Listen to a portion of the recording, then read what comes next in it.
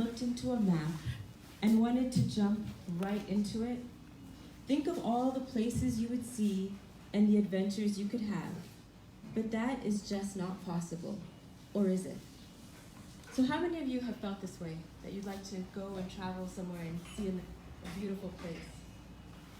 When you think about that, how many of you think about traveling to Guatemala or Iraq or Afghanistan or Syria? Any of you? Okay, one. Often these places that I just mentioned are places that we associate with conflict or war. And the places that we think about traveling to are places like where? Italy, France. So part of the reason that I wrote this book is because I lived in Syria, and it was probably one of the most beautiful places I had lived in.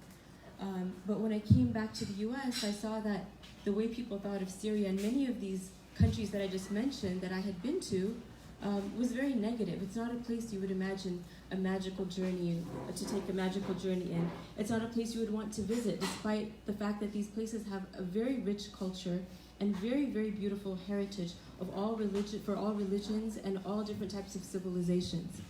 So I'll continue a little bit. Oops. One morning,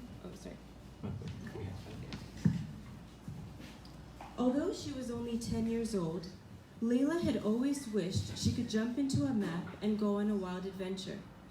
My grandfather was the world's greatest traveler, she would say to her friends. He visited over 40 countries, and one day I will do the same.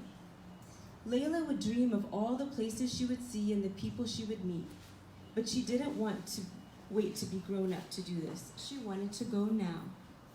Damascus, Somalia, Mali, and Spain, China, Sri Lanka, Iraq, and Bahrain, she'd sing to herself. On the other hand, Laila's younger brother Ahmed was not like her at all. He loved to stay home, and if the family went out together, he would hold on tightly to his mama's hand while hugging his soft, white blanket. Any thought of leaving home made him nervous.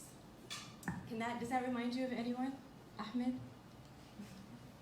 In this story, he represents the xenophobic character, the person that's afraid of the other, the little boy that is scared to see anything different than the world around him. And that's the premise of the story, the adventures of Laila and Ahmed in Syria. And I think I'll hand it over now. That's the first little section.